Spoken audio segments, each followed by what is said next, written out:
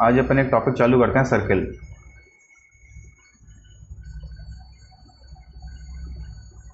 ठीक है, class 9th का सर्किल और क्लास 10th का सर्किल और जितना भी अपन को सर्किल के बारे में आइडिया ना, अपन ट्राई करते हैं कि अपन काफ़ी कुछ बता दें। जितना रह जाएगा उतना कोई बात नहीं, लेकिन जितना हो सकता है उतना तो बताएं। सबसे पहले सर्किल होता क्या है, तो जैसे सर्किल की शक्ल तो तुमने बहुत पहले देखी है ना, थर्ड में सेकंड में देखी होगी। अब इस सर्किल को ड्रॉ कैसे करें? अपने पास एक प्लेन है। प्लेन का मतलब 2 डायमेंशन शेप है। कोई जैसे कोई कागज़ है, कोई जैसे ये बोर्ड है वैसे बोर्ड है, वाइट बोर्ड है ना, कोई भी ब्लैक बोर्ड है, उसके ऊपर अपन एक पॉइंट ड्रॉ किया। उस पॉइंट से बराबर बराबर डिस्टेंस पे, जैसे मान लो ये कितना है, ये मान लो 2 सेंटीमीटर है। ठीक है, तो 2 सेंटीमीटर के डिस्टेंस पे बहुत सारे पॉइंट ड्रॉ कर दिए। ये सारे के सारे पॉइंट क्या हैं? 2 सेंटीमीटर के डिस्टेंस पर है, और उन सबको मिला दिया तो क्या बन जाएगा? एक सर्किल। ठीक है, तो सर्किल क्या है? Locus of all the points, है ना, locus of all the points equidistant from a given point. Equidistant का मतलब equal distant from a given point in a plane. साथ साथ ये भी जरूरी है, इन अ प्लेन। अगर इन अ प्लेन नहीं लिखोगे तो ये स्फीयर बन जाएगा, क्योंकि 3 डायमेंशन के अंदर 3 डायमेंशन में ले, एक तो होता है सर्किल, जैसे चूड़ी मान लो। ठीक है, एक होता है बॉल। तो बॉल के अंदर भी तो एक ऐसा एक पॉइंट होगा जिससे सबके सब बराबर डिस्टेंस पर होंगे। तो अगर सबके सब बराबर डिस्टेंस पर हैं और 3 डायमेंशन में है, ऐसे है ना, 3 डायमेंशन में, वो तो क्या है? स्फीयर। इस तरफ भी है, इस तरफ भी है, ये भी रेडियस है, ये भी रेडियस है, सारी की सारी रेडियस ही है। तब तो क्या है? ये स्फीयर। और अभी क्या है? ये सर्किल। तो लोकस का मतलब क्या होता है? लोकस का मतलब होता है जैसे मान ले पॉइंट्स है ना, पॉइंट्स अपन कहाँ कहाँ रखेंगे, उन सबको पॉइंट को मिलाने वाली लाइन है, उसको बोलते हैं लोकस। जैसे मान ले ये कोई लाइन है एक, इस लाइन से अपन मान ले इन दो जो पॉइंट हैं, जो आउटर 2 पॉइंट है, इन दोनों से बराबर डिस्टेंस पर ये पॉइंट है जो इन दोनों से बराबर डिस्टेंस पर है। जैसे ये पॉइंट है, ये भी इन दोनों से बराबर डिस्टेंस पर है, ये पॉइंट है, ये पॉइंट है। तो इन सब का लोकस मतलब एक ऐसी लाइन जो कि इन सबको मिलाती है, लोकस, इसको बोलते हैं लोकस। ठीक है, तो सर्किल के लिए क्या हो जाएगा? Locus of all points equidistant from a given point in a plane. ये हो गया सर्किल। चलो अब सर्किल की कुछ प्रॉपर्टीज देखें फटाफट।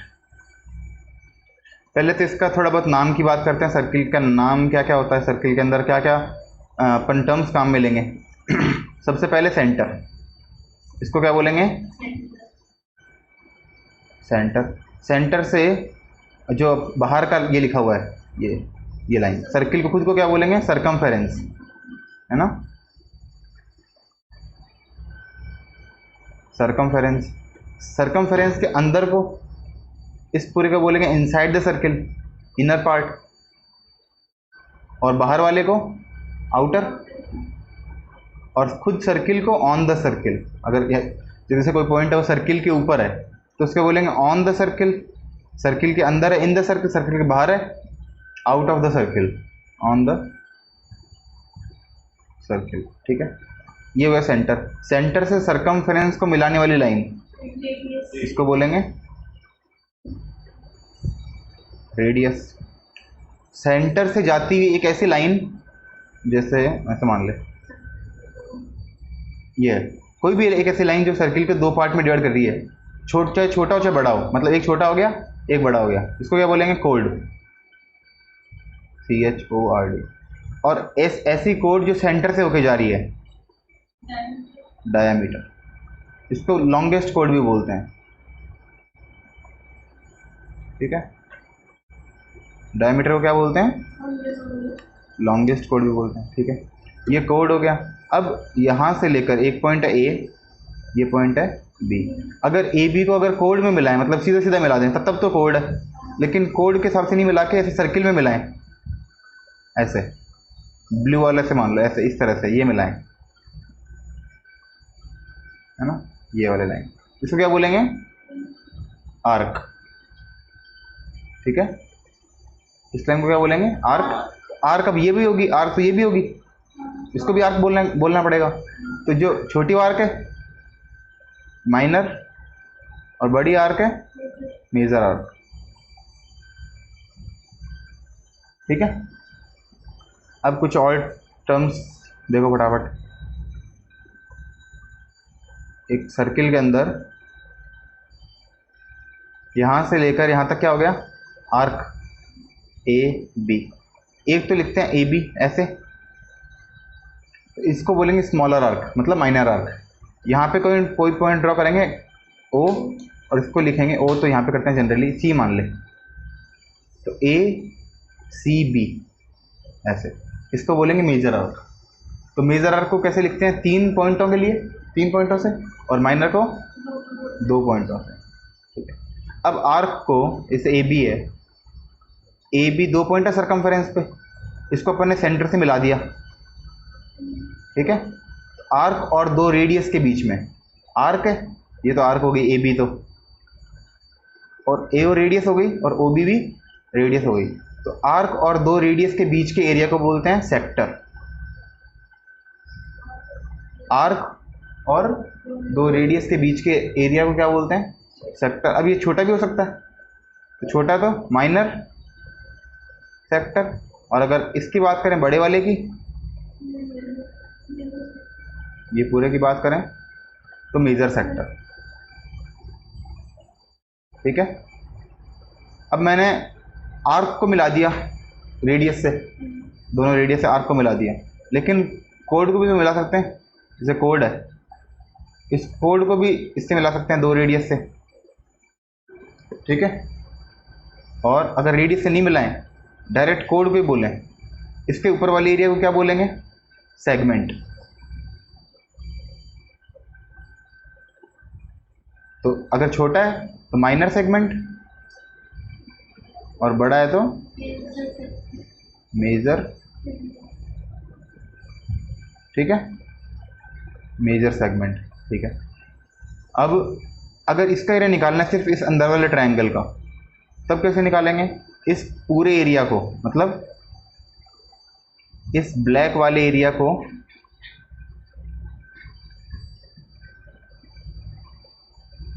माइनस कर देंगे, इसको माइनस कर देंगे सिर्फ ऊपर ऊपर वाले से, मतलब सेक्टर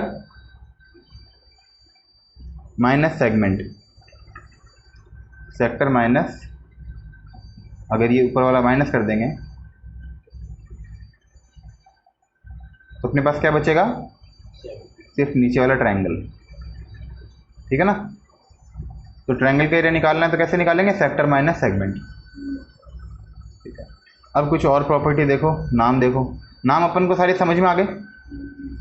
नाम अपन ने क्या क्या नाम लिए, एक बार वापस रिवाइज कर लें। सबसे पहले सर्किल क्या होता है, सर्किल होता है लोकस, सारे पॉइंट्स का लोकस, जो कि एक बीच के पॉइंट से या फिर किसी भी पॉइंट से इक्विडिस्टेंट है एक प्लेन पर। ठीक है, अब सर्किल के 3 पार्ट हो गए, इनर, आउटर और खुद सर्किल। इसके बाद में एक सेंटर होता है सर्किल का, सरकमफेरेंस होता है। ठीक है, फिर आर्क होता है, आर्क, कोड, आर्क मतलब ए और बी को मिलाएं सर्किल के हिसाब से, कोड मतलब सरकमफेरेंस का एक छोटा पार्ट, सरकमफेरेंस तो पूरा हो गया, सरकमफेरेंस का एक छोटा पार्ट, उसको क्या बोल देंगे, आर्क। ठीक है, अब आर्क को अगर अपन सर्किल के हिसाब से नहीं मिला के सीधे मिला दें तो कोड। ठीक है, आर्क को अगर 2 पॉइंट से मिलाएं, रेडियस से मिला दें, मतलब आर्क और 2 रेडियस के बीच में क्या बनेगा, सेक्टर, और कोड के ऊपर कोड के नीचे सेगमेंट। ठीक है, सेक्टर हो गया, सेगमेंट हो गया, बस इतना ही है। एक और 2 चीज़ और देख लो, एक अपन बोलते हैं सर्किल है, सर्किल को अपन ने अगर इक्वल 2 पार्ट में डिवाइड कर दिया, इसको तो बोलेंगे डायमीटर, डायमीटर के ऊपर सेमी सर्किल। ठीक है, अगर इस सेमी सर्किल को भी 2 पार्ट में डिवाइड कर दिया, ये तो ये क्वाड्रेंट, क्या बोलते हैं, क्वाड्रेंट। ठीक है, क्वाड्रेंट मतलब 1/4 सर्किल। ठीक है, अब कुछ और प्रॉपर्टी देखो सर्किल के बारे में। जैसे ये अपने पास सर्किल है, सर्किल के अंदर मान लो कि अपने पास मान लो 2 कोड ड्रॉ करिए अपन ने, एक ये कोड है और एक ये कोड है, 2 कोड ड्रॉ करिए। अगर दोनों कोड इक्वल है, अगर ये कोड इस कोड के इक्वल है तो ये दोनों ट्रायंगल कॉन्ग्रेंट होंगे, ठीक है। ये आर, ये भी आर, मतलब आर मत मानो, एक बार ए मान लो, क्योंकि आर तो रेडियस हो गया। दोनों कोड इक्वल है, इसको ए इसको ए, ये दोनों रेडियस है, ये दोनों भी रेडियस है, तो तीनों साइड इक्वल हो गई। ए आर आर, इसमें भी ए आर आर। अगर 2 कोड इक्वल है तो दोनों ट्रायंगल कॉन्ग्रेंट होंगे, कॉन्ग्रेंट होंगे तो ये दोनों एंगल भी बराबर होंगे। अगर एंगल बराबर है ना तो कोड इक्वल होगी, और कोड इक्वल है तो एंगल इक्वल होंगे, वाइस वर्सा। जैसे इसको मान लो एंगल 1 है तो ये भी क्या होगा, एंगल 1। मतलब अगर कोड इक्वल है तो एंगल इक्वल है, एंगल इक्वल है तो कोड इक्वल है, ठीक है। एक बात ये हो गई। अब दूसरी बात देखो, ये बहुत ही घटिया सर्किल बना दिया मैंने, कोई बात नहीं, आई बना दी ना, आई जैसा होता है वो, कोई बात नहीं। अब मान लो 2 कोड इक्वल है, वापस से यही डायग्राम है, 2 कोड इक्वल है। तो अगर 2 कोड इक्वल है तो उनका सेंटर से डिस्टेंस, ये डिस्टेंस और ये डिस्टेंस भी बराबर होगा, ठीक है। अगर ये ए है और ये भी ए है तो इसका डिस्टेंस डी, तो इसका डिस्टेंस भी क्या होगा, कोड इक्वल है तो डिस्टेंस भी इक्वल होगी, ठीक है। क्योंकि अगर ये दोनों इक्विलेटरल ट्रायंगल हैं तो इनके बीच में अगर मैं ये हाइट ड्रॉ करूँ तो इसकी हाइट भी तो इक्वल होगी। तो वैसे ये हाइट है, कोड इक्वल है तो हाइट इक्वल है, और हाइट इक्वल है तो कोड इक्वल है। चलो एक और चीज़ देखो,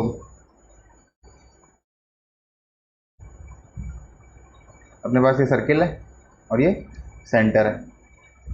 अब क्या करें, जैसे सेंटर से अपन ने कोई एक एंगल ड्रॉ किया, एक आर्क को सेंटर से मिला दिया, और इसको अपन ने सर्कमफेरेंस से मिला दिया, सेंटर से मिला दिया और सर्कमफेरेंस से मिला दिया। तो अपन ने क्या प्रूव करना है, ये वाला एंगल और इस वाले एंगल के बारे में क्या रिलेशन है। तो इसको इससे मिला दें पहले, तो इसको एक बार रुको यार, ठीक है। इसको इससे मिला के आगे बढ़ा दिया। ये अपने पास क्या है, रेडियस, और ये भी क्या है अपने पास, रेडियस, और ये भी क्या है अपने पास, रेडियस, ठीक है।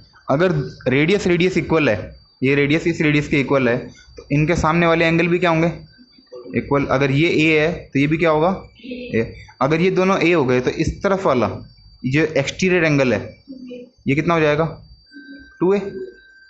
ऐसे ही अगर ये बी है तो ये भी बी, और ये कितना हो जाएगा, 2b। तो ऊपर वाला एंगल इसको a मान लें, इसको o मान लें।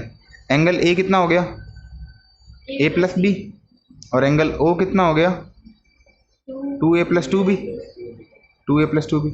तो एंगल o एंगल a का डबल है, एंगल o इक्वल टू क्या लिख सकते हैं, 2 एंगल a, ठीक है ना। तो नीचे वाला एंगल इस ऊपर वाले एंगल, मतलब अगर किसी आर्क से या फिर किसी 2 पॉइंट से अगर एक सेंटर पे एंगल ड्रॉ करें तो वो डबल होगा, किसका डबल होगा, अगर सर्कमफेरेंस पे एंगल ड्रॉ करते हैं उसका डबल होगा।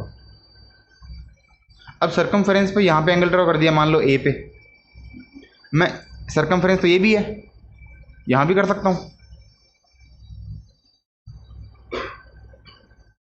इसका मतलब अगर यहाँ पे ये 2a है, डबल है, किसका डबल है, इसका डबल है, तो इसका भी डबल होगा, ये भी a होना चाहिए, ये भी सर्कमफेरेंस है, इसका भी डबल होना चाहिए।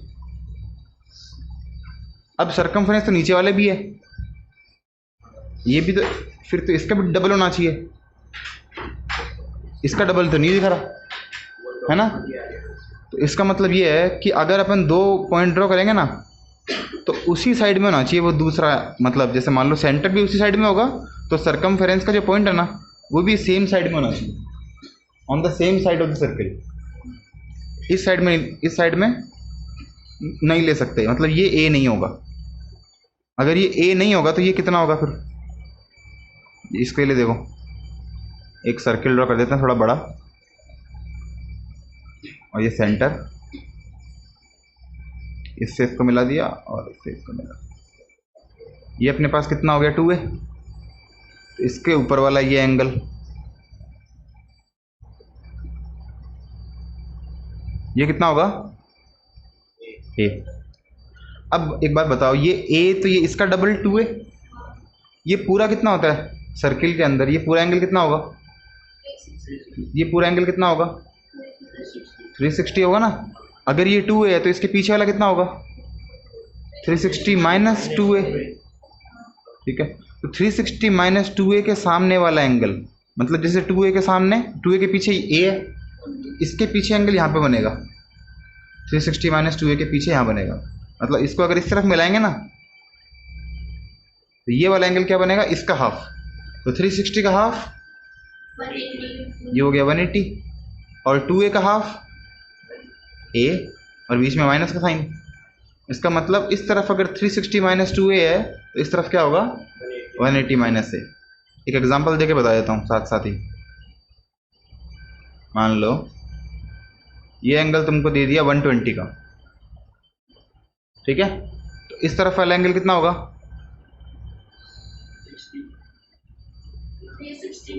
360 माइनस 120 कितना हो गया? 240। ठीक है, अब इससे सरकमफ्रेंस को मिलाएं ऊपर की तरफ, और इससे सरकमफ्रेंस को मिलाएं नीचे की तरफ। दो मिला दें, यहाँ पे मिला देता हूँ, और एक इसमें भी 2 बार ऊपर मिला देता हूँ, यहाँ पे। अगर ये 120 है तो इसका हाफ ऊपर होगा, ये 60, इसका हाफ यहाँ पे भी ऊपर होगा, ये भी 60, मतलब ये दोनों बराबर होंगे, और ये 120 इन दोनों का डबल होगा। ऐसे ये 240, तो 240 का हाफ, तो ये 120, इस तरफ वाला भी 120। इससे मतलब नहीं है कि ये 120 इसलिए 120 है, ये 240 है इसलिए इसका हाफ 120 है। समझ गए? अब इसको क्या बोल सकते हैं? Cyclic quadrilateral. ये पूरा अगर मैं इसको नाम दे दूं a, इसको b, नीचे वाले को c, इसको d, तो ये a b c d एक सर्किल के ऊपर 4 पॉइंट है।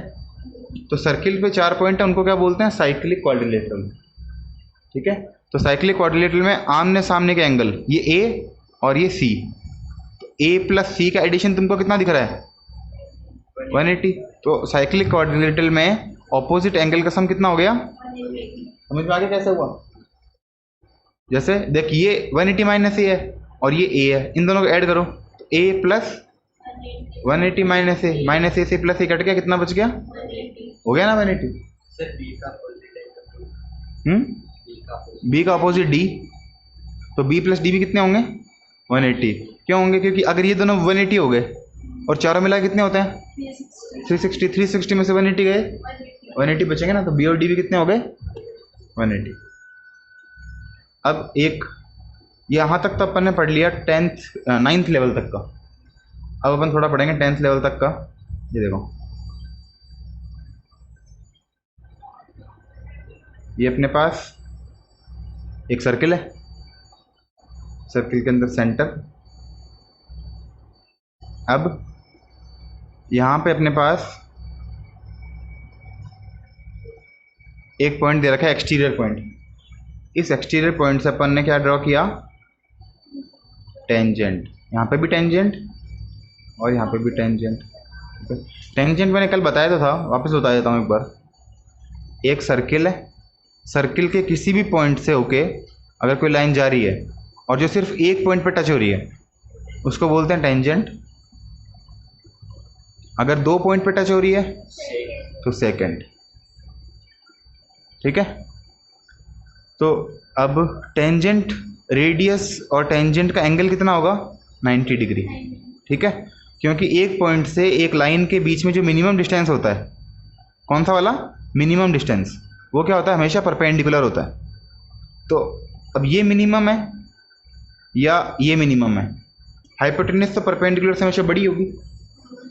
इस पॉइंट से अगर मैं इसकी बात करूँ, ये क्या होगा, मिनिमम डिस्टेंस, और बाकी तो कितने भी हो सकते हैं, यहाँ पे भी हो सकता है, यहाँ पे भी हो सकता है, यहाँ पे भी हो सकता है, ठीक है। तो मिनिमम डिस्टेंस हमेशा क्या होगा, परपेंडिकुलर। तो जैसे एक सर्किल है और ये रेडियस है, इस रेडियस से जाके कोई टेंजेंट जा रही है, ये भी पॉइंट है, ये भी डिस्टेंस ही है, लेकिन ये तुमको साफ दिख रहा है कि ये आर से बड़ा है, क्योंकि ये एक्स्ट्रा है ना आर से। तो अगर रेडियस से बड़ा है इसका मतलब ये तो रेडियस ही है, और ये रेडियस से बड़ी है, मतलब यह मान लो ए बी है और ये ए सी है, तो ए सी हमेशा बड़ा होगा ए बी से, ए बी से, ठीक है। इसका मतलब ए बी से छोटा कुछ नहीं हो सकता।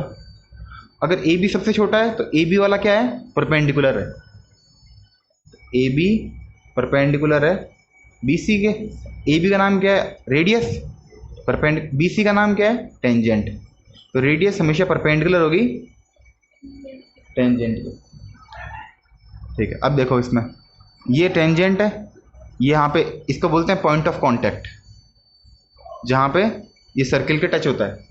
ऐसा बात नहीं कि सर्किल पर ही टेंजेंट होती है, जैसे कोई कर्व है, ये एक पॉइंट है, इससे जाने वाली लाइन, इसको भी टेंजेंट ही बोलेंगे। तो ये पॉइंट और ये क्या हो गया अपना टेंजेंट, ऊपर भी क्या हो गया, ये रेडियस और ये भी रेडियस, और ये दोनों टेंजेंट, ये टी इसके लिए ये आर, ये टी इसके लिए ये आर। अपने को बताना है कि दोनों टेंजेंट इक्वल होगी, ठीक है।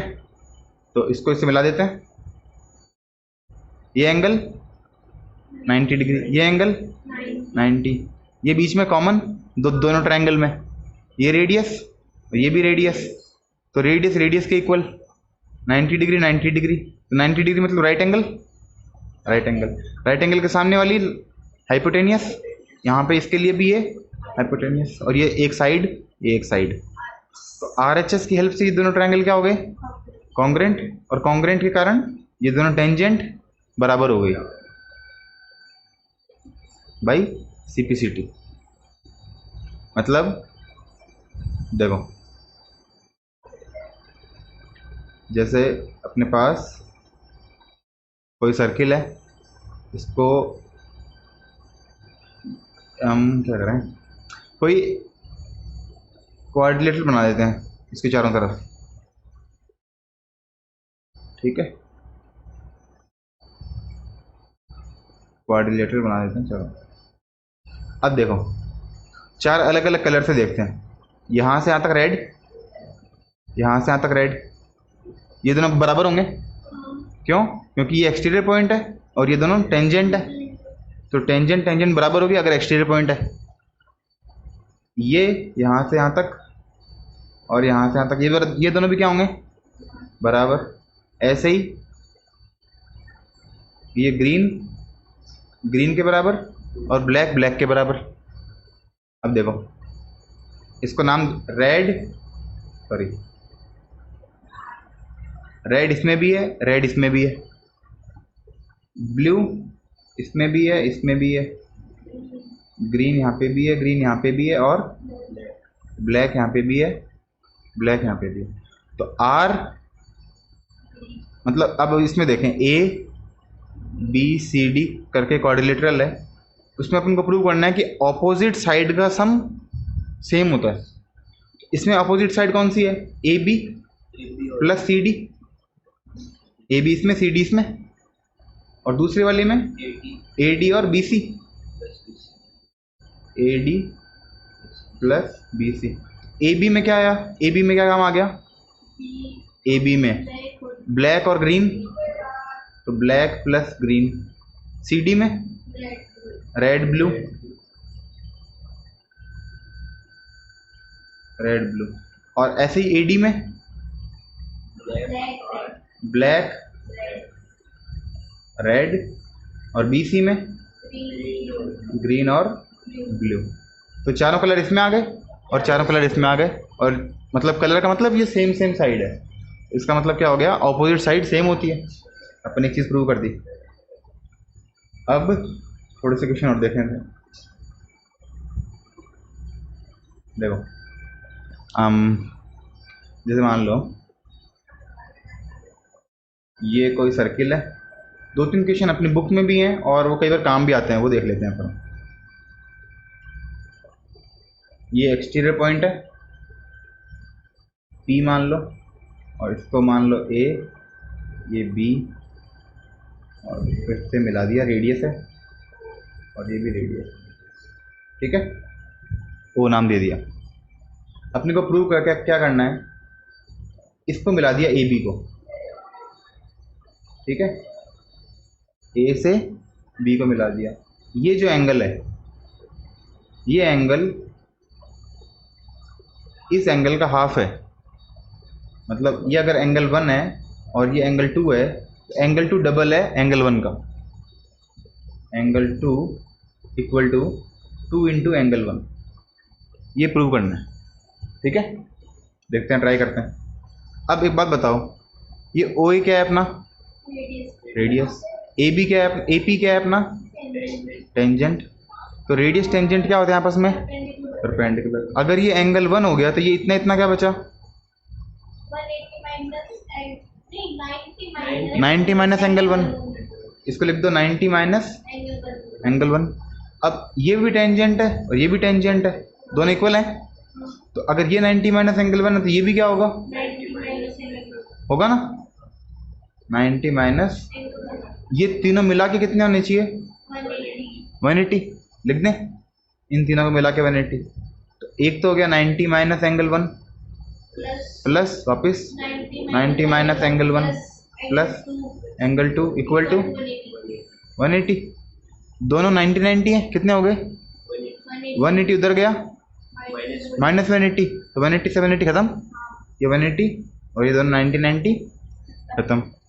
ये माइनस का एंगल 1 यहाँ पे जाएगा, ये भी माइनस का एंगल 1 यहाँ पे जाएगा, angle 2 equal to angle 1 plus angle 1, तो कितने हो गए, 2 एंगल 1। इजी था, ठीक है। चलो एक और देखो इस सवाल को, ये सवाल बढ़िया सवाल है। अभी जो लास्ट सवाल है आज का अपना वीडियो इतने रहेगा, ये सवाल है, इसको अपन 2-3 तरह से कर सकते हैं। मैं तुमको एक तरीका बताऊंगा और बाकी तरीके से तुम बताना। ये अपने पास सर्किल है, ये एक्सटीरियर पॉइंट है, और ये दोनों अपने पास टेंजेंट है, ठीक है। ये यहाँ पे कट रहा है, ये रेडियस, और ये भी रेडियस आर आर। रेडियस के बारे में अपने को दे रखा है कि 5 की है, और ये जो लाइन है होल्ड ए बी नाम दे देते हैं, इसका नाम दे देते हैं पी, इसका ओ। जो ए बी कोड है यहाँ से यहाँ तक, ए बी के बारे में पता है कि ए बी कितना है, 8 सेंटीमीटर। देखो 5 इस तरफ 5 इस तरफ, तो 5 और 5 10 हो गया। तो अगर इसको मैं स्ट्रेट मिलाता डायमीटर, तब तो ये 10 का होता, बाकी लाइन सारी की सारी क्या होगी, 10 से छोटी होगी ना। तो एक लाइन कितने, ये कितने की है, ए बी 8 की है, ये गिवन है। तो तुमको बताना है कि ये ए पी कितना है। इसके लिए तुम थोड़ा दिमाग लगाओ, 2 मिनट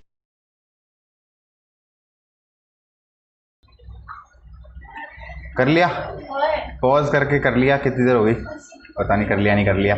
चलो सुनो, देखो अपने पास क्या है, एक सर्किल है, यहाँ पे ये कितना दे रखा है, 5, ये भी 5, ये पूरा 8 दे रखा है।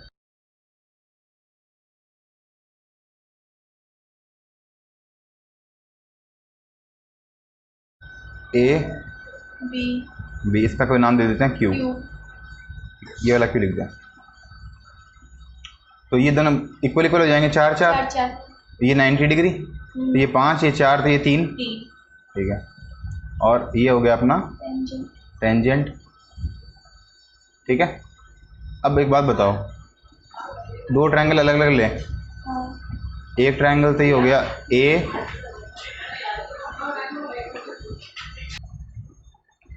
अलग अलग ड्रॉ, हाँ अलग अलग ड्रॉ करेंगे, ए क्यू ओ, ठीक है। और एक पूरा ट्रायंगल ओ ये ओ, ठीक है। और ये पी, ए ओ पी। ठीक है, ये एंगल का ये रेडियस है और ये टेंजेंट है, तो रेडियस टेंजेंट के बीच में 90 ये रहा, और यहाँ पे 90 ये क्यू, ये रहा, ये ओ इसमें भी है, ये ओ इसमें भी, दोनों में कॉमन। हाँ 90 माइनस कितने मान लो, अगर इसको x मानोगे तो ये 90 माइनस एक्स, ये x मानोगे तो ये 90 माइनस एक्स, लेकिन दोनों में कॉमन दिख रहा है। हाँ, तो कॉमन वाले को एक ही बात है, इसको x मान लेते हैं, या फिर इसको क्या मान लेते हैं, 90 माइनस, ऊपर वाले को x हाँ, और इस वाले को 90 माइनस एक्स।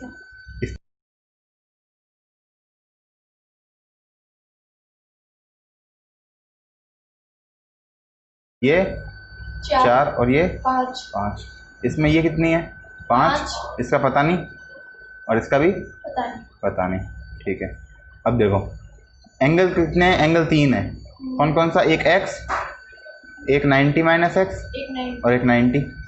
पहले वाले में x के सामने कौन है 3, दूसरे वाले में इसमें पहले वाले में ही 90 माइनस एक्स के सामने कौन है 4, और 90 के सामने कौन है 5। ठीक है, अपॉन अपॉन और अपॉन, इक्वल इक्वल। दूसरे वाले में x के सामने कौन है 5, और 90 माइनस एक्स के सामने कौन है, जो निकालना है, ये तो निकालना है AP, और ये निकालना नहीं है OP, तो इसकी ज़रूरत नहीं है क्योंकि अब इसका भी काम नहीं है, ज़रूरत नहीं है। AP को 3 के पास में ले जाओ, बराबर 20, और AP बराबर 20/3। इजी था, अपन ने सिमिलर ट्रायंगल पढ़ा है। अब देखो इसको दूसरे तरीके से कैसे करते हैं, ये तो एक तरीका हो गया, ये तो तुमको समझ में आ गया। एक और तरीका अपन देखें कि इसको कैसे करें, यहाँ से देख लेंगे।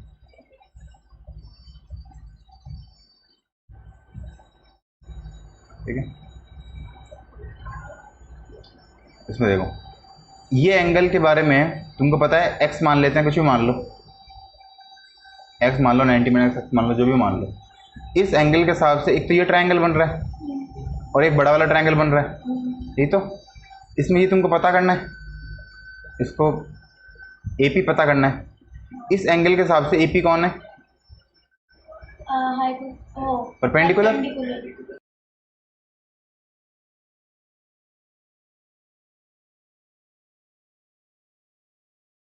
होते हैं tan थीटा, तो tan x क्या हो गया P/B, P कितना है AP अपॉन B कितना है 5, है ना, इस बड़े वाले ट्रायंगल के लिए। समझ गए, देख इस बड़े वाले यहाँ पे देख ले, अगर इसको तो x मानता है, 90 के सामने तो हाइपोटेनियस और इसके सामने परपेंडिकुलर, ये परपेंडिकुलर और जो बच गया ये बेस, तो P और B, तो P/B क्या हो गया AP/5। अब छोटे वाले ट्रायंगल में, इस छोटे वाले ट्रायंगल में अपने पास ये 90 डिग्री है, 90 के सामने हाइपोटेनियस, P कौन है P4 है, एंगल तो सेम है। इस एंगल के लिए अपन को, लेकिन ट्रायंगल छोटा वाला है, तो ट्रायंगल कौन सा है, इसके लिए P कितना है 4, बेस कितना है 3, तो 4/3।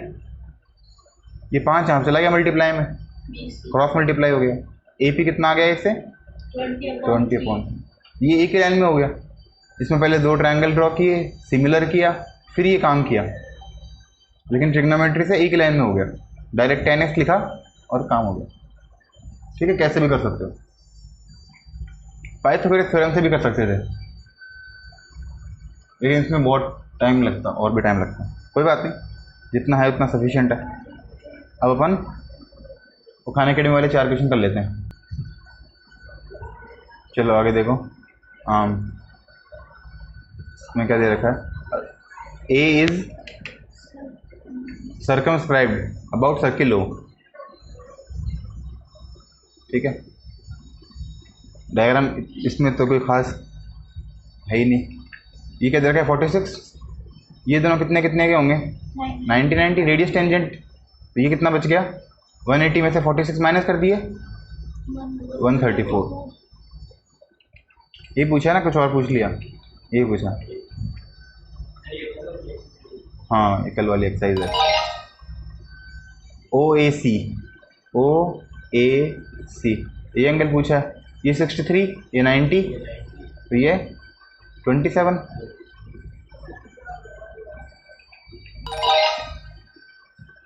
डी पूछा है, एंगल डी मतलब ये वाला, तो ये 80, हाँ तो ये 100, वो 50 तो ये 100, तो ये 50।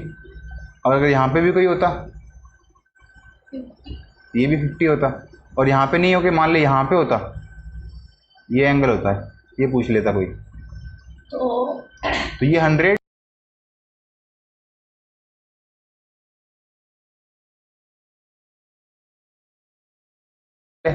ये 50, तो ये 180 माइनस 50, 130। ये 100 का हाफ, सरकमफ्रेंस में बनने वाला एंगल सेंटर पे बनने वाले एंगल का हाफ होता है। कितना हो गया? 50 ना? ठीक है, पेरीमीटर निकालना है। देखो इसमें ना ज़्यादा दिमाग लगाने की जरूरत नहीं है। पहले तो अपन एक काम तो ये कर सकते हैं, ये 4, ये 4, ये पूरा 12, तो ये 4, तो ये 8, ये 8, तो ये भी 8, ये 8, ये 4, ये भी 4, और ये 5 ये 5 और ये 5। एक तो ये तरीका है। तो ये कितना हो गया? 9, ये भी 9, ये 12 और ये भी 12, तो 12 12 24 और 9 9 18, 18 और 24 42। एक तो ये तरीका हो गया। और इतना अगर नहीं करें तो डायरेक्ट दिख भी रहा है। अपन ने भी क्या प्रूव किया था कि आमने सामने वाली साइड का एडिशन इक्वल होता है। ये कितना है? 12 ये कितना है? 9 अब ये चाहे कितने भी हों, लेकिन ऐड करके 12 + 9 ही आएंगे। तो 12 + 9 21, इन दोनों का सम भी कितना आएगा? 21 21, 42 ऐसे भी कर सकते हो।